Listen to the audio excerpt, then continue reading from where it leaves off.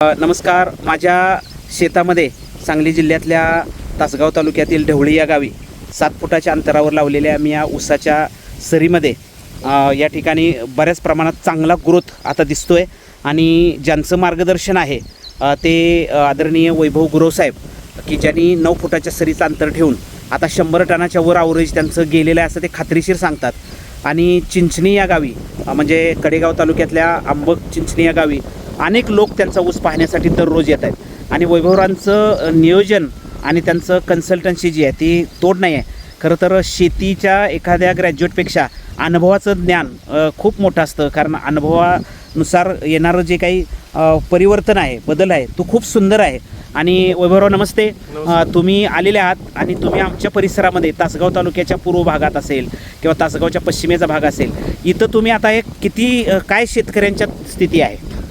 आता सर्वसाधारणपणे बऱ्यापैकी शेतकऱ्यांनी म्हणजे ह्या वर्षी बऱ्यापैकी शेतकऱ्यांनी 7 फुटावरती पहिलं धाडस केलेलं आहे. आणि पूर्वी जे म्हणत होते 5 फूट 4 फूट म्हणजे जास्त होते 5 फूट, त्या लोकांनी सुद्धा आता धाडस करून 7 फुटापर्यंत ते गेलेले आहेत. आणि लोकांच्या लक्षात आलेलं आहे की फुटवा पण ही 7 फुटामध्ये लवकर निघतोय. वारा पण चांगलं खेळल्यामुळे चांगली पोत म्हणजे जे म्हणजे ज्याचा तो जाडी आहे ते कोंबाला जाळी चांगल्या पद्धतीने येत्या.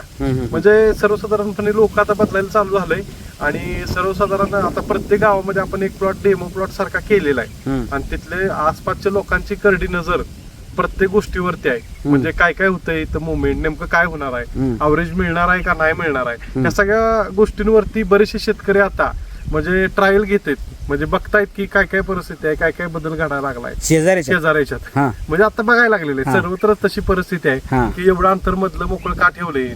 अशा अनेक प्रश्न आहेत शेतकऱ्यांच्या मनामध्ये. ते प्रश्न जसं ऊस मोठा होईल तसं प्रश्न निघून जातील आणि त्याची उत्तरं त्यांना भेटत जातील. बरं, आता हे 7 फुटाचं अंतर आपण ठेवलेलं आहे, अनेक जण धाडस करायला लागलेले आहेत. हा ट्रेड काही दिवसानं पूर्ण पडेल?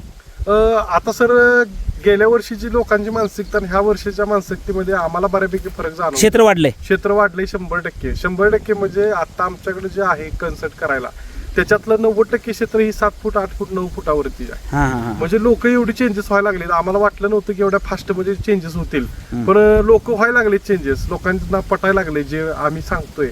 म्हणजे हवा खेळती राहिली पाहिजे, सूर्यप्रकाशाचा जो इम्पॅक्ट आहे ते सगळं लोकांच्या लक्षात आलंय की आतमध्ये जाऊन तेवढ्याच पद्धतीनं जास्त दिवस काम करतात. खर्च कमी होतोय, तणाचं व्यवस्थापन चांगल्या पद्धतीने होतंय.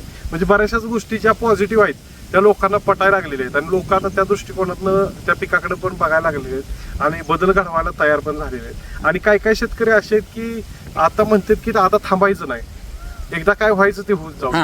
म्हणजे आता पूर्णपणे जे उतरलेत का नाही ग्राउंडला ते मी मिळवणारच ह्या हेतूनच, म्हणजे काय म्हणतात त्याला ठाम निश्चय करूनच उतरलेले शेतकरी जास्त आहेत आपल्याकडे आता. म्हणजे मला 100च्या वरती जायचं आहे, 125 पाडायचंच आहे. या दृष्टिकोनातच 99.99% शेतकरी आपल्याकडे तशीच आहेत आता सध्या. मग त्यांना त्या दृष्टिकोनातनं त्यांचं काम पण त्या युद्ध पातळीवरती चाललेलं आहे. नुसतं सांगा म्हणतात काय करू लगेच करणार, म्हणजे असं तंतोतंत लोक दुसऱ्याचं मानायला तयार झालेत. आणि काय व्हायचं 4.5 फुटा सरीतलं असंच येत होतं असं त्यांना वाटत होतं. जरी काय झालं तरी असं नॉर्मल कव्हर व्हायचं. पण त्यांच्या डोक्यात एक आहे आता सरी तरी सोडल्या सगळं म्हणजे केलंय आपण 7 फुटांना सोडले, पण ते तंतोतंत करून चांगल्या पद्धतीने यशस्वी आपल्याला लोकांना करून दाखवलंच पाहिजे आणि ते दाखवणारच ह्या हेतून लोक आता काम करायला लागले. माझं काय मत आहे की 7 फुटाची सरी लोकांनी पाडली आता आणि ते लोकांचं असं मत होतं की 4.5 फुटाच्या सरीमध्ये आम्ही ऊस लावला आणि त्याच्यामध्ये उत्पन्न आमचं 80-70 टन निघतंय. पण आता 7 फुटाच्या सरीनं ऊस पोचवणार आहे, तिथपर्यंत पोहोचणार का? 100% पोहोचणार. एकरी सर्वसाधारणपणे त्यांचा अवरेज जर 60-70 टनापर्यंत असेल, 60 टन असेल तर त्यांचं ऊसाचं वजन एका सरासरी 1.5 किलोच्या आसपास गेलेलं आहे. त्या ऊसाचं वजन जर समजा अर्धा किलोनं वाढलं तर ते 80 टनापर्यंत जाऊ शकतात. आणि त्यांचं समजा 1 किलोनं वाढलं तर ते 40 टन त्याच्यामध्ये ग्रोथ मिळू शकते त्यांना, म्हणजे 100 टनाच्या आसपास जाऊ शकतात. म्हणजे आलेला प्रत्येक फुटवा हा जगणार आहे आणि सूर्यप्रकाश मिळाल्यामुळे हवा खेळती राहिल्यामुळे त्याची जाडी जी आहे म्हणजे ऊस जरी तेवढा राहिला संख्येला 40,000 जरी राहिला आणि तरी सुद्धा त्याच्यामध्ये 1 किलोची जरी ग्रोथ मिळाली प्रत्येक ऊसामध्ये तरी सुद्धा आपल्याला 100 टनाच्या आसपास जायला काही हे लोकांना पटायला लागले. लोकांनी ते अनुभव घेतलेत, म्हणजे आज जाता येत नाही हे लोकांना जाणवलंय. आता काही काही लोकांचं असं मत आहे की ड्रीप माझं चॉकअप झालं, ऊस सर्वसाधारण 10-12 कांडीवरती होता तरी सुद्धा जाऊन आत नीट बघता येत नव्हतं. जाता येत होतं, परंतु सगळं असं धरून म्हणजे एकदम असं खाली बघून पाला कापतोय हात वरती करून अशा पद्धतीने जावं लागायचं. मग खाली पाणी गेलंय नाही गेलंय ह्याच्यावरती पण बऱ्याचशाच गोष्टी अवलंबून होत्या.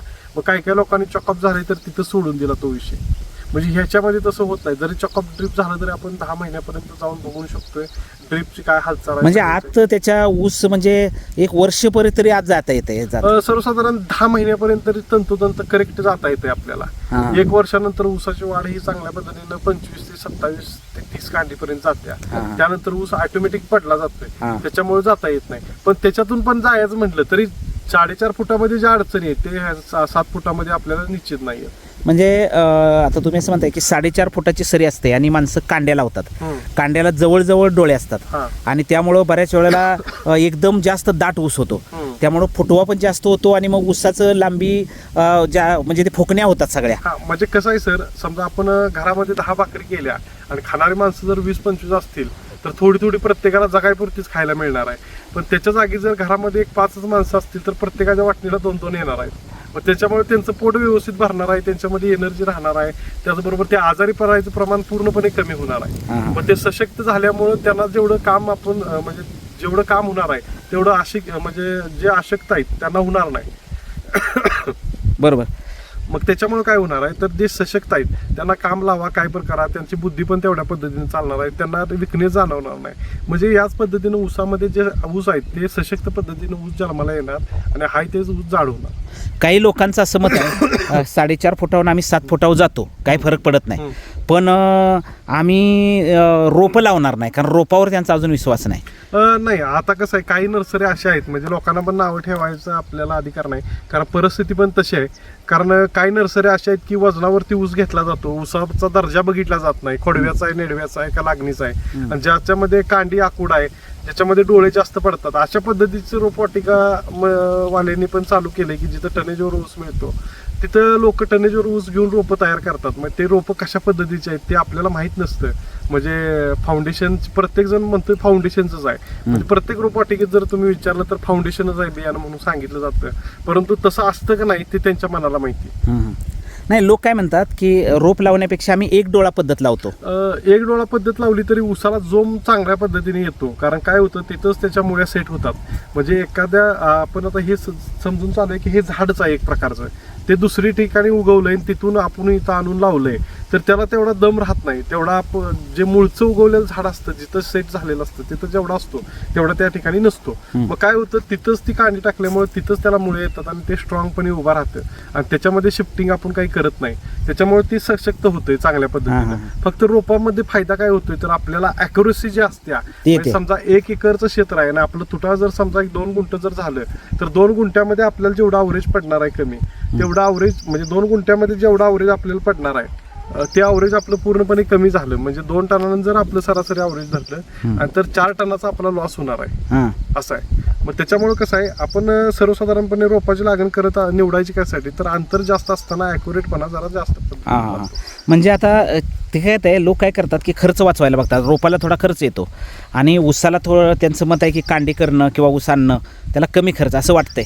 खर्चाचा जर हिशोब आपण सरासरी काढला तर 7 फुटाला आपल्याला 1.5 वरती लावायचं म्हटलं तर 4,200 रुपये लागतात. म्हणजे त्याचा रोपाचा रेट सरासरी आता 2 रुपये आपण पकडूया चालू स्थितीला, मग 2 पेक्षा जास्त आहे दर पण सरासरी तेवढा पकडूया तर 9,000 रुपये ते 8,000 रुपये मध्ये आपली लागण होत्या. 9,000 रुपये मध्ये रोपाचा विषय. मग भले मी म्हणतो 10,000 रुपये जरी गेले आपले तरी आपल्याला मजुरांचा खर्च नाही, ट्रॅक्टरातून ऊस आणायचा खर्च नाही, बाकीचा खर्च नाही आणि आणल्यानंतर रोप सेट होण्याचं आणि अॅक्युरेसी राहण्याचं प्रमाण ही जास्त प्रमाणात. रोप एका दिवसात लावून होतात पण ऊस लावायचा, सोलायचा, तोडायचा, टाकायचा ह्याच्यासाठी 2 दिवस जाणार. 2 दिवस जाणार आणि मजुरी वाढणार. उगवण क्षमता कितपत होत्या हे आपल्याला पण माहित नसतं आणि ॲक्युरेटपणे शेती करणारे लोक फार कमी आहेत. आता समजा 20 एकर एखाद्या मालकाचं शेत आहे तर त्या ठिकाणी ते एवढं बघू शकत नाही की तुटाळ नेमकं किती झालंय काय झालंय.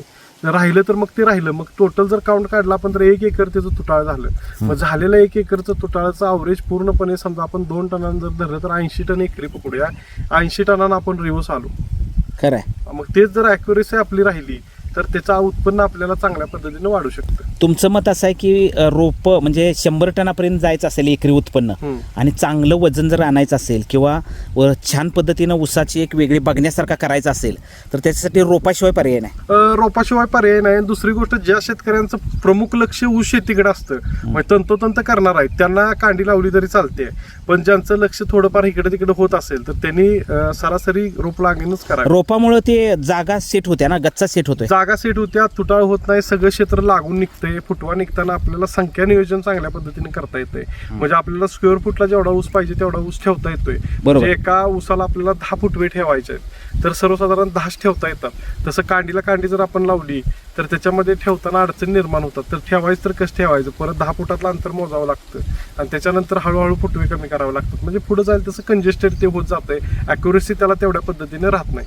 हां, म्हणजे तुम्ही सांगता ते अगदी रास्ता आहे, 7 फूट असो, 9 फूट असो किंवा 12 फूट असो, याच्यामध्ये रोपांचं अंतर जेवढं जास्त तेवढं जास्तीत जास्त ऊसाची संख्या जास्त होणार आहे आणि वजन वाढणार आहे, जाडी पण होणार आहे. भले संख्या थोडीफार कमी जरी झाली, 5000 संख्या जरी कमी झाली तरी आहे त्या ऊसाचं वजन अर्धा किलोनं जरी वाढलं, 200-200 ग्रॅमनं प्रत्येक ऊसाचं वजन जर वाढत गेलं तरी सुद्धा आपल्याला ती संख्याचं मेंटेन झालेलं वजन भेटू शकतं. हां. म्हणजे हे सगळं आता काळ बदलतोय तसं शेतकरी बदलायला लागले, समजून घ्यायला लागलेत. 100%. पूर्वी ड्रिप इरिगेशन कोण करत नव्हतं. आता बघितलं तर आपले 30 ते 40% शेतकरी जर बघितलं तर ड्रिप इरिगेशनवर पोहोचलेले आहेत. म्हणजे हळूहळू लोक बदलायला लागलेले आहेत. लोकांच्या पण लक्षात आलेलं आहे की एफर्ट्स नुसते लावून उपयोग नाही, म्हणजे डोक्यानं कुठेतरी केलं पाहिजे, नुसतंच राबून उपयोग होणार नाही. म्हणजे पाणी सोडून द्यायची पद्धत लोकांची कमी होत आली. पाणी सोडून द्यायची पद्धत बऱ्यापैकी कमी झाली, परंतु अजून पण काही अशी लोक आहेत की भरपूर पोट भरून पाणी द्यायची त्यांची मानसिकता आहे.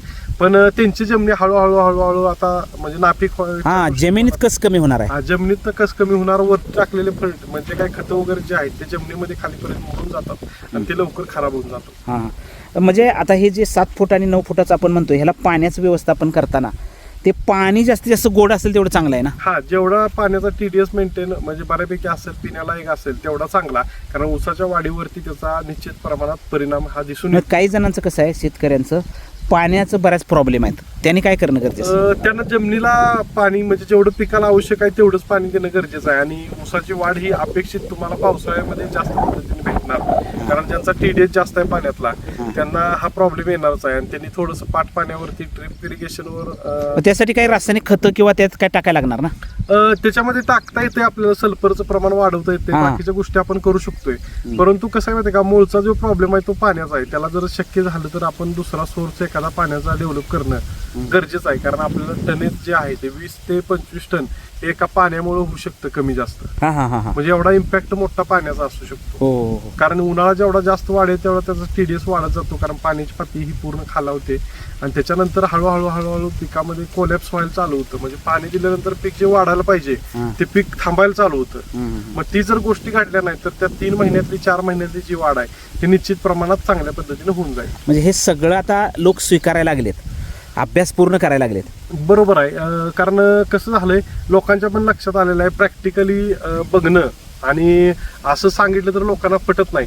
पण ज्यावेळी आपण एखाद्या प्लॉटवरती, आता आपले जवळजवळ 200 एकरचे प्लॉट आहेत की जे 7 फुटावरती आहेत, 8 फुटावरती आहेत, म्हणजे गेल्या वर्षीचे, पण ते बघितल्यानंतर त्या गावातल्या लोकांच्या लक्षात आलं की ही 7 फूट सुद्धा कमी झालंय आज. म्हणजे बघितल्यानंतर लोकांना विश्वास बसतो की आयला हे खरं आहे. परत ते 4.5 फुटाच्या सरीक दिसतं का? हा, परत ते पूर्णपणे असं थोडंसं ठोंब असं मोठं व्हायला चालू होतं. त्याला पोसवायला जेवढी जागा भेटेल तेवढं ते मोठं व्हायला चालू होतं. मग त्याच्यामुळे काय होतं तर ऊस असा पॅक व्हायला चालू होतो. आणि परिस्थिती जर आज बघितली 1 वर्षानंतर, 13-14 महिन्यानंतर, की ते पूर्ण किती फूट आहे हेच कळत नाही. एवढ्या पद्धतीने त्याची वाढ चांगल्या पद्धतीने होऊन ते ऊस पोसवलेले असतात, इकडे तिकडे पडलेले असतात आणि ते कोंब जो आहे तो वरती जाऊन व्यवस्थित सेटअप बसलेला असतो. पण तो विचारावं लागतं नक्की हा प्लॉट तेवढ्याच म्हणजे रुंदीचा अंतर किती आहे. म्हणजे मोठा ऊस ज्यावेळेला होतो आणि त्याचं पोसवतो आणि ज्यावेळेला तो ऊस एकमेकांच्यात अडकतो किंवा पडायला लागतो, थटतो, त्यावेळेला आज जाता येत नाही. एक 11-12 महिन्यानंतर त्यावेळेला तुम्ही म्हणताय की सरीतलं अंतर समजून येत नाही. आणि ते काय होतं, मोकळ्या अंगानं वाढायला चालू झालेलं असतं. अंतर जास्त असल्यामुळे हवा तेवढी जास्त प्रमाणात त्याच्यामध्ये खेळती राहते आणि अन्न भरपूर त्याला मिळतं. कारण खाऊन मारणाऱ्या ऊसांची संख्या ही पूर्णपणे कमी झालेली असल्यामुळं तो आहे तो ऊस आपला जोमानं वाढायला चालू होतो. म्हणजे या परिसरातल्या, आमच्या तासगाव परिसरातल्या शेतकऱ्यांना आता अंतराचं महत्त्व कळलंय असं तुम्हाला म्हणायचं आहे? 100% कळलंय. जे सुशिक्षित वर्ग आहे बऱ्यापैकी ज्यांना बदलायची तयारी आहे ते लोक त्या दृष्टिकोनात आता वाटचाल करायला लागलेत, माहिती कलेक्ट करायला लागलेत. म्हणजे जी माहिती पूर्वी सांगायला लागला तरी ऐकून घेत नव्हतं कोण त्या अंतराविषयी, तर आता लोक ऐकायला लागलेत. म्हणजे बेनिफिट त्यांना पटायला लागलेत. म्हणजे चर्चा व्हायला लागल्या प्रत्येक गावात हिनी प्लॉट एवढ्या एवढ्याने केलाय. जे आता 4.5 फुटावरती आहेत, ज्यांचं ऊस आता सर्वसाधारण 20-25 कांडीवरती आहेत, त्यांच्या लक्षात यायला लागलं की 7 फुटातला फरक काय आहे, 8 फुटातला काय आहे, 4.5 फुटातला काय आहे. म्हणजे ह्या सगळ्या गोष्टी आता त्यांच्या डोळ्यांना दिसायला लागलेत त्यांना. आता ते म्हणायला लागले स्वतःहून, साहेब पुढल्या वर्षी सोडताना आपण 7 फूट 8 फूट सोडूया. म्हणजे वैभवराव पुढच्या काळात पुढच्या 4-2 वर्षामध्ये 7, 8, 9 हा 3चा ट्रेड कायम राहील, की ज्याला जास्त उदारत आहे आणि ज्याला वाटतंय की खरोखर आता आपल्याला काहीतरी करायचं आहे आणि मला अंतरापेक्षा ऊस टनेज म्हणतात तो 9 फुटापर्यंत जाणार. 100% येणारा काळ हा तसाच आहे. कारण युवा पिढी पण त्याच्यामध्ये उतरलेली आहे आणि लोकांच्या लक्षात आलंय की मजुरांच्या अवलंबून राहण्यापेक्षा यांत्रिकी सहाय्यानं शेती जास्त प्रमाणात होऊ शकते. कारण आपल्याला मजुरावर म्हणजे मिळाले नाहीत म्हणून काम थांबलं, फवारणीला माणसं मिळाली नाहीत म्हणून काम थांबलं, असं होत नाही. आपण ट्रॅक्टरच्या सहाय्याने ह्याला ब्लोअरनं वगैरे फवारण्या करू शकतो. आंतरमशागतही आपण ट्रॅक्टरनं बारक्या करू शकतो. द्राक्ष बागेला जसा ट्रॅक्टरनं फवारणी देतात तसं उसाला सुद्धा 6 महिन्यापर्यंत फवारणी द्यायला काय हरकत नाही. आपण 10 महिन्यापर्यंत सर फवारणी देऊ शकतो. जर 9 फुटाचा जर ऊस असेल आपला तर ट्रॅक्टरच्या ब्लोअरनं आपण देऊ शकतो. आणि त्याचा दुसरा फायदा काय होतो, जे मागणं आलेले कोंब आहेत की नाही त्यांना सुद्धा ते स्प्रे बसतो आणि त्याच्यामुळे त्या कोंबाचा दर्जा सुद्धा चांगल्या पद्धतीने वाढतो. हां. म्हणजे हे सगळं आता 7, 8 आणि 9 या फुटाच्या सरीचं महत्त्व लोकांना कळू लागलं आणि औषध, पाणी आणि तण याचं व्यवस्थापन करून नवीन काहीतरी एक आदर्श समोर इतरांच्या समोर आपला ठेवला असं प्रत्येकाला वाटायला लागलंय. बरोबर. हा? आता कसं होतंय सर, पहिल्यांदा 10 मुद्दे असतात म्हणजे शेतीमध्ये. म्हणजे योग्य बियाण्याची निवड, जमिनीची मशागत, रासायनिक खताची मात्रा, पाण्याचं व्यवस्थापन असेल, त्यानंतर स्प्रे असेल, आंतर मशागत असेल, म्हणजे बरेचसे असे 10-15 मुद्दे आहेत. ते मुद्दे जर आपण बरोबर घेऊन गेलो तर आपलं निश्चित पद्धतीनं टनेज हे वाढू शकतं. कुठल्या एका मुद्द्यावरती त्या गोष्टी अवलंबून नाही आहेत, हे सगळे एकमेकांना संलग्न आहेत. म्हणजे त्या सगळ्या गोष्टी ज्यावेळी आपल्या जमून येतील त्यावेळी आपल्याला निश्चित प्रमाणे अवरेज हे भेटून जाईल. हां, खूप सुंदर वैभवराव, तुम्ही खूप सुंदर माहिती सांगताय.